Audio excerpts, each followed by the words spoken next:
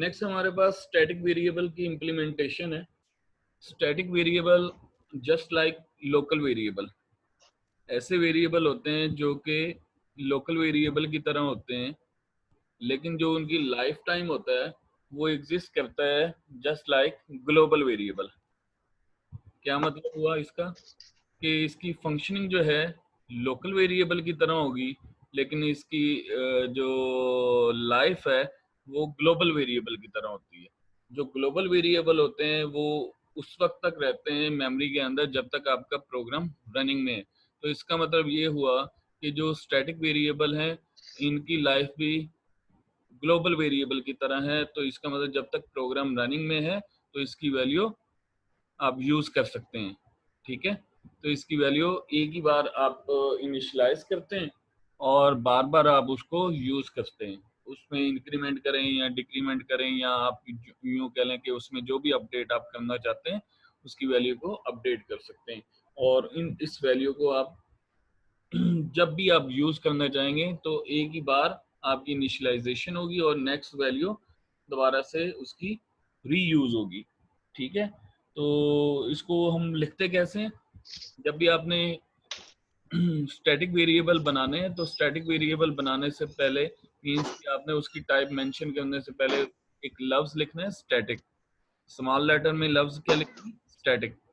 तो स्टैटिक से क्या होगा कि उसकी वैल्यू जो है इनिशियलाइज एक बार होगी, लेकिन जो उसकी रनिंग वैल्यू होगी, जो भी उसकी नेक्स्ट वैल्यू होगी, वो दोबारा से जब भी कंट्रोल उस पर आएगा तो नई वैल्यू यानी पुरानी वैल्यू, जैसे रनिंग टोटल होता है ना, रनिंग टोटल, तो प्रीवियस वैल्यू को आप लेके चलते हैं। इसी तरह से स्टैटिक वेरिएबल के बिहाफ पर जब आप फंक्शन को कॉल करते हैं, एक फंक्शन को कॉल करते हैं और उसके अंदर एक स्टैटिक वेरिएबल है, तो उसकी प्रीवियस वैल्यू कंसीडर होगी। ठीक है, तो हम देखते हैं एक वेरिएबल को हम स्टैटिक किस तरह से बना सकते हैं। तो सबसे पहले हम एक उसी तरह से फन बना लेते हैं, वाइड फन, और यहाँ पे चलेंगे वाइड फन। और ये हमने क्या किया, एक फंक्शन को क्या किया, क्या किया, डिक्लेयर किया है। फंक्शन को हमने डिक्लेयर किया। अच्छा, इस फंक्शन को हम कॉल कहाँ पे करेंगे? मेन के अंदर। फन को हमने कॉल कर लिया। अब हम क्या करेंगे, फन को डिफाइन करेंगे। तो डिफाइन करने के लिए हम फंक्शन की हेडिंग ड्रॉ करेंगे जिसको हम फंक्शन डेक्लेरेटर भी बोलते हैं। तो वाइड फन, और ये आपके पास इस तरह से फंक्शन का डेक्लेरेटर आ गया और फंक्शन की जो बॉडी है या फंक्शन का जो ब्लॉक है। जिशान अपना माइक बंद कर दें यार, आपकी बहुत शोर आ रहा है अभी। अच्छा, मायदा पूछना है कुछ?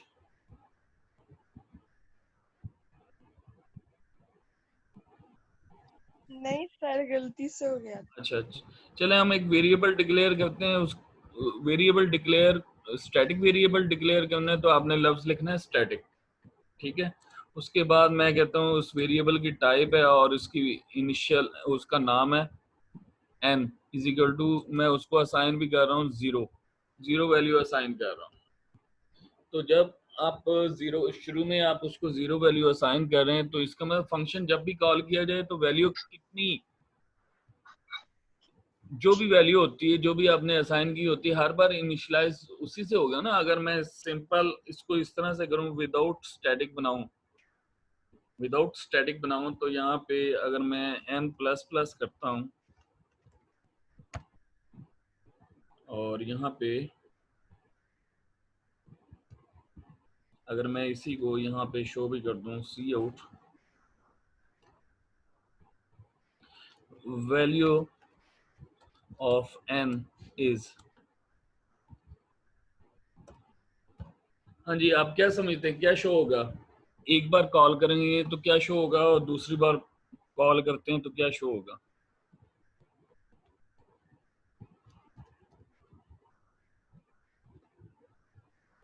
पहली बार 0 शो होगी वैल्यू। अच्छा, दूसरी बार इंक्रीमेंट होगा। हाँ, इंक्रीमेंट होगा, फिर क्या शो होगी? मैंने इस फंक्शन को कितनी बार कॉल किया है? 2 बार। 2 बार। तो इसका मतलब 2 बार ये आपके पास ये स्टेटमेंट आनी चाहिए ना, इसकी आउटपुट स्टेटमेंट 2 बार आनी चाहिए। जी 2 बार वैल्यू क्या आनी चाहिए? वैल्यू ऑफ n इज क्या आना चाहिए? सर 0 से नेक्स्ट वैल्यू आनी चाहिए। 0 से नेक्स्ट वैल्यू कौन सी होती है? 1। 1 होती है ना। जी 0 में 1 का इंक्रीमेंट करेंगे तो वो 1 होगी ना। जी सर। पहली बार वैल्यू क्या आएगी? वैल्यू ऑफ n इज 1, और दूसरी बार फंक्शन कॉलिंग पे वैल्यू क्या आएगी? Value of n is 1। तो इसको हम चेक कर लेते हैं। कंपाइल होने के बाद हमने एग्जीक्यूट किया, और एग्जीक्यूट होने के बाद आउटपुट देखें जरा क्या आया। हाँ जी, बता सकते हैं?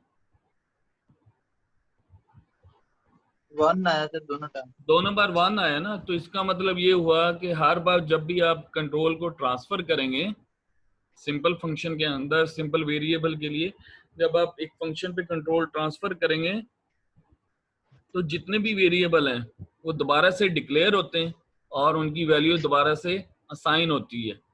इसका मतलब पहली बार जब फन आपने कॉल किया तो n एक डिक्लेयर हुआ और उसकी वैल्यू क्या असाइन हुई? 0, और उसमें 1 के इंक्रीमेंट आया और 1 के इंक्रीमेंट के बिहाफ पर आपने उसकी वैल्यू डिस्प्ले कर दी। ऐसे ही है। यस जब यहाँ से कंट्रोल इसकी एग्जीक्यूशन कंप्लीट करने के बाद वापस जाता है तो वो दोबारा से फन फंक्शन कॉल हुआ। जब दोबारा फन फंक्शन कॉल हुआ तो इसका मतलब दोबारा से कंट्रोल इधर फन पे आया। जब फन पे आया तो दोबारा से एक वेरिएबल डिक्लेयर हुआ, क्योंकि लाइफ जो है लोकल वेरिएबल की जो लाइफ है वो यूजर डिफाइंड फंक्शन की हद तक है। जैसे आप उस फंक्शन को कॉल करेंगे उसकी लाइफ स्टार्ट हो जाएगी, यानी n की लाइफ स्टार्ट हो गई फंक्शन कॉलिंग के वक्त, और उसको वैल्यू क्या असाइन हुई? 0।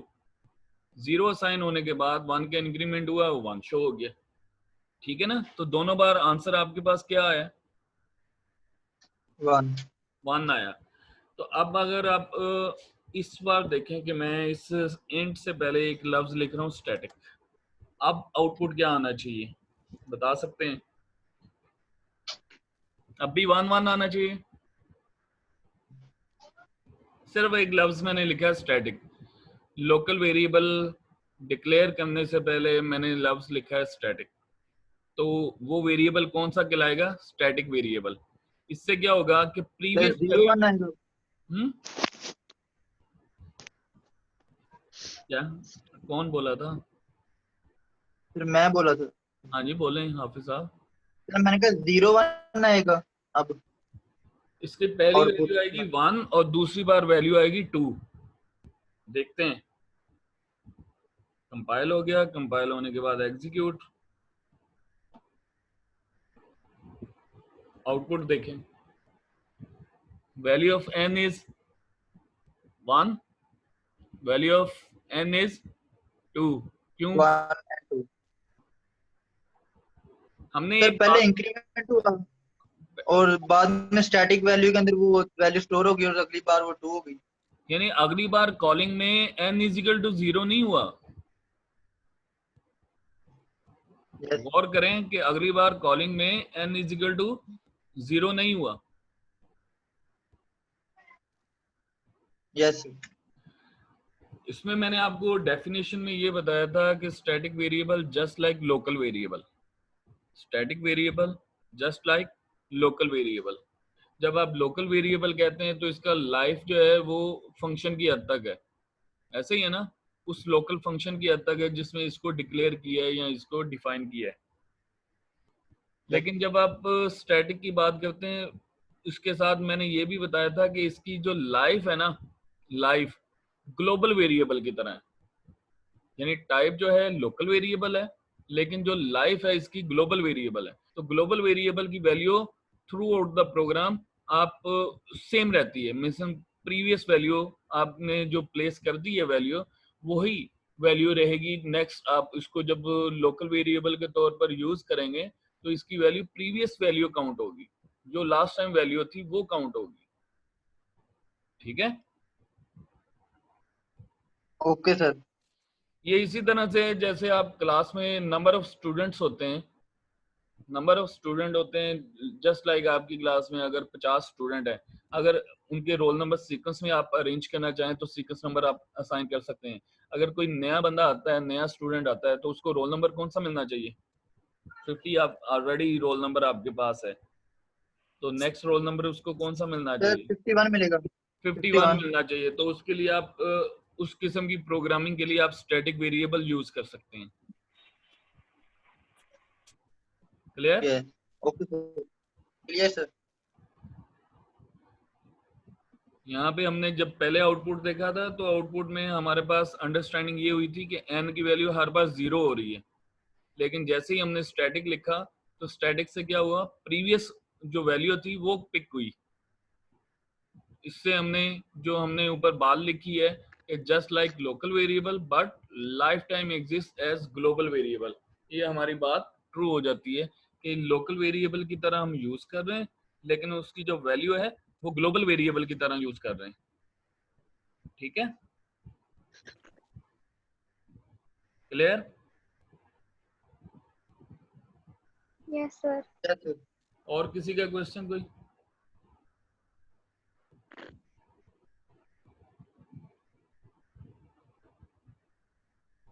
कोई क्वेश्चन नहीं? नेक्स्ट मूव करें। No sir. यस। अच्छा, नेक्स्ट है हमारे पास डिफॉल्ट आर्ग्यूमेंट का फंक्शन हमने बनाना है कि डिफॉल्ट आर्ग्यूमेंट को किस तरह से यूज कर सकते हैं। मतलब आपने लास्ट टाइम देखा था कि हम फंक्शन के अंदर कुछ पैरामीटर पास करते हैं, तो पैरामीटर जब हम पास करते हैं तो लाजमी तौर पर उनकी वैल्यू आपको सेंड करनी पड़ती है। तो अगर आप डिफॉल्ट आर्ग्यूमेंट वाला फंक्शन आप डिक्लेयर करते हैं तो इससे आपके लिए आसानी ये होती है कि अगर वो वैल्यू मिस भी हो जाए तो डिफॉल्ट वैल्यू यूज हो जाती है। अगर वैल्यू मिस भी हो जाए तो डिफॉल्ट वैल्यू यूज होगी उसके बिहाफ पर। तो यहाँ पे देखें, हम लेट से एक फंक्शन ड्रॉ कर लेते हैं, जैसे हमने स्टार सर लाइन का। हाँ जी, हाँ जी। सर, फिजा मारा ने एक क्वेश्चन किया है कि हमें कैसे पता चलेगा कौन सी ग्लोबल है और कौन सी लोकल है। देखें, लोकल वेरिएबल मैंने आपको बताया है कि जो फंक्शन के अंदर डिक्लेयर होते हैं वो लोकल वेरिएबल है, जो फंक्शन के अंदर डिक्लेयर होते हैं वो लोकल वेरिएबल है, जो फंक्शन से ऊपर डिक्लेयर होते हैं, फंक्शन के बाहर डिक्लेयर होते हैं, वो ग्लोबल वेरिएबल है। अगर आप इसी वेरिएबल को आप देखें टेम्प, तो ये कहाँ पे डिक्लेयर हुआ है? फंक्शन से ऊपर डिक्लेयर हुआ है ना, यस सर। तो ये ग्लोबल है। और जो फंक्शन के अंदर डिक्लेयर हुए हैं ये लोकल है।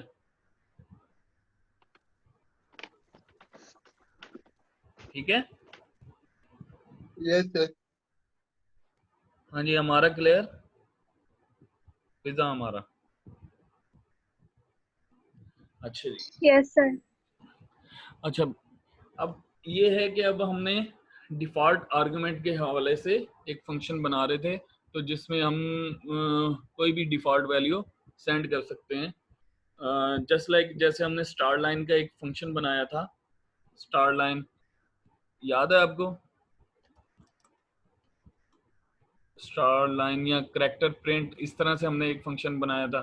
स्टार लाइन कर लें और इसके अंदर पहले जो है करैक्टर, एक ch, एक करैक्टर वेरिएबल, और यहाँ पे इंट, और यहाँ पे जस्ट लाइक मैं 30 प्लेस कर दूँ। इसका मतलब क्या हुआ कि हम दो पैरामीटर सेंड कर रहे हैं, वो करैक्टर है और दूसरी टाइप इंटीजर है, लेकिन उसकी डिफॉल्ट वैल्यू भी हमने असाइनमेंट ऑपरेटर लगाए और वैल्यू लेते हैं। अगर हम अपनी मर्जी से अगर हम वैल्यू पास नहीं करते तो 30 कंसिडर होगी। समझ आई है बात की? तो हम एक फंक्शन ड्रॉ कर लेते हैं, वाइड स्टार लाइन, और यहाँ पे इसी तरह से करैक्टर ch और इंट, और यहाँ पे आप वेरिएबल n लिख लें। ठीक है, नंबर ऑफ टाइम। हम ये कहते हैं कि हम इस स्टार लाइन को कॉल करेंगे, स्टार लाइन, इसके अंदर दो पैरामीटर सेंड करते हैं। हाँ जी, बताएं कौन सा करैक्टर सेंड करें? बताएं कोई करेक्टर। स्टैरिक। स्टैरिक, चलें जी हम स्टैरिक सेंड कर रहे हैं। अब बता सकते हैं कि जो हमने एक पैरामीटर सेंड किया है या दो पैरामीटर सेंड किए हैं? कॉलिंग में हम कितने पैरामीटर सेंड कर रहे हैं, कितनी वैल्यू सेंड कर रहे हैं? सर एक तो स्टैरिक हो गया और एक 30 हमने वैल्यू सेंड नहीं किया, 30 30 हमने सेंड नहीं किया, लेकिन बाय लेकिन सर डिफॉल्ट फिर उसकी 30 वैल्यू यूज साइन नहीं होगा, की तो फिर वही होगी ना कंप्यूटर। बाय डिफॉल्ट 30 यूज हो जाएगा ना। Int i is equal to 1 से लेकर i less than equal to n और i प्लस प्लस, और यहाँ पे आपके पास सी आउट सी एच, ठीक है, सी आउट सी एच। हमने यहाँ पे वैल्यू पास की, सिर्फ एक वैल्यू पास की, दूसरा पैरामीटर सेंड ही नहीं किया। अगर हम यहाँ पे डिफॉल्ट वैल्यू नहीं लिखते और यहाँ पे सिर्फ एक पैरामीटर पास करेंगे तो क्या होगा? सर 30 कंसीडर हो जाएगा। नहीं, अगर मैं यहाँ से ये स्किप कर दूं, ये वाली ये मिटा दूं, यस मैं इसको मिटा रहा हूँ, तो इसको सेव करते हैं। सेव करने के बाद कंपाइल करें तो बताएं एरर आया?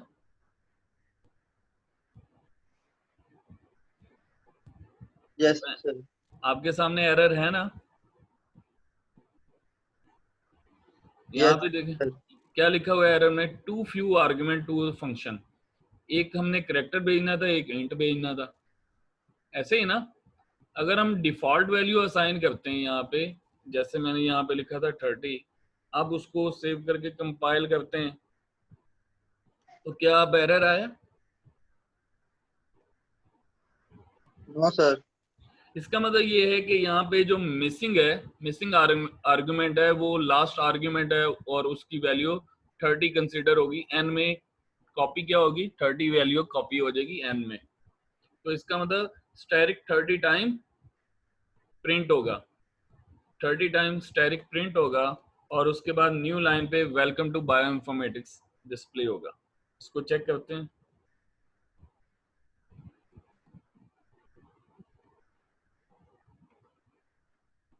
हाँ जी, आउटपुट में देखें क्या डिस्प्ले हुआ है। 30 करेक्टर आपके स्टैरिक प्रिंट हुए हैं और नीचे वेलकम टू बायोइन्फॉर्मेटिक्स शो हो रहा है आपको।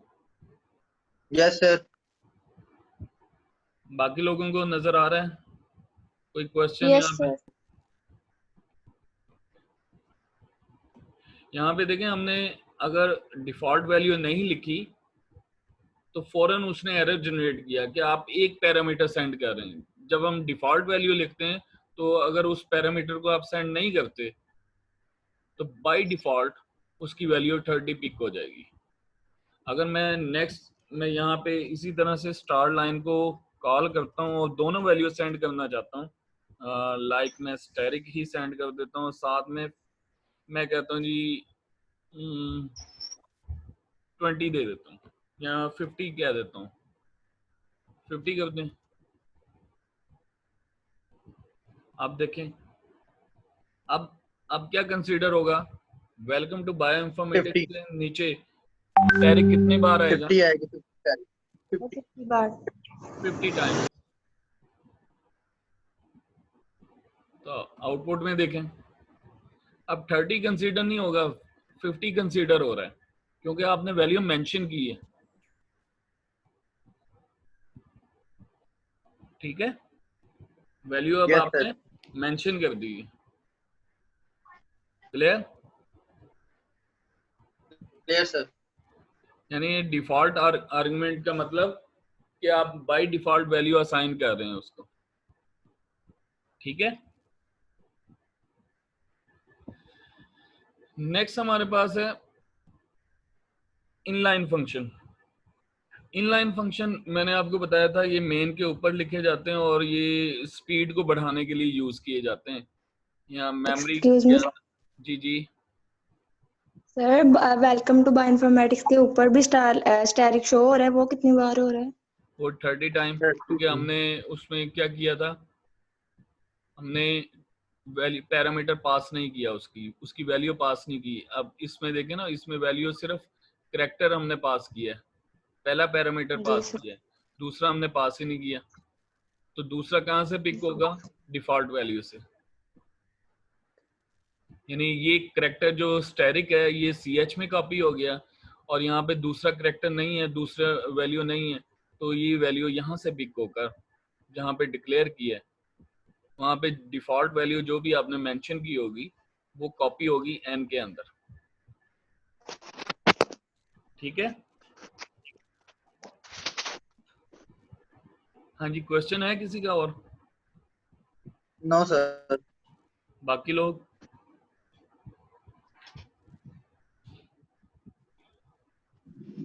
और किसी का क्वेश्चन?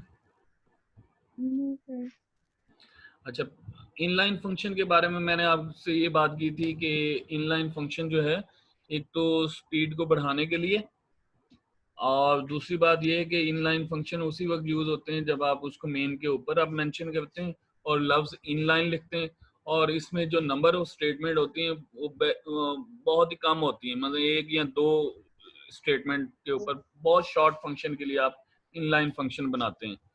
ठीक है? जस्ट लाइक मैं अगर ये कहूँ कि मैं एरिया को कैलकुलेट करना चाहता हूँ, तो मेरे पास एक फंक्शन है, क्या होना चाहिए?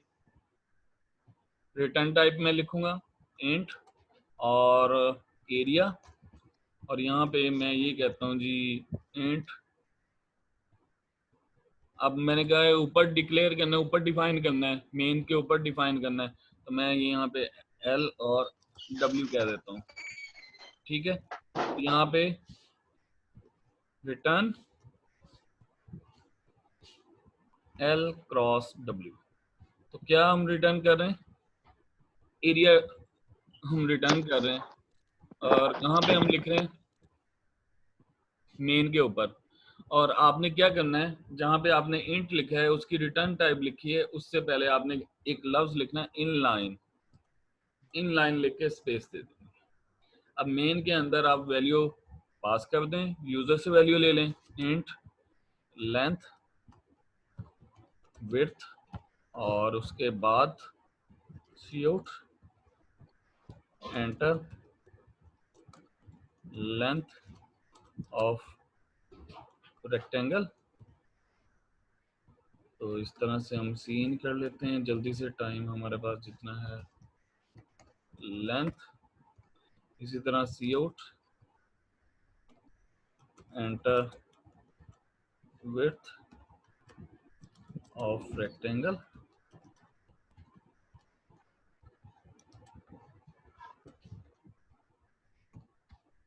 सीन। ठीक है? और उसके बाद cout the area of given rectangle is.